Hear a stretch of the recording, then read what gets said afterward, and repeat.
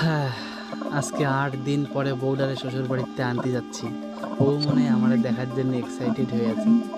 আর এই শাশুড়ির জন্য সেই সুন্দর একটা শাড়ি নিছি।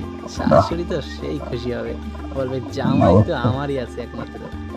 যাই। আরে হ্যাঁ হ্যাঁ ঠিক, তোমার কথাটাই ঠিক আছে।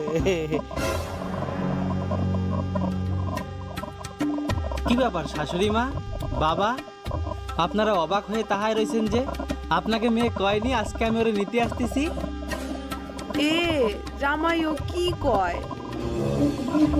আরে বাবা, মাইয়ে তো 2 দিন আগে তোমার সাথে দার্জিলিং বেড়াতে যাবে বলে চলিয়ে গেছে।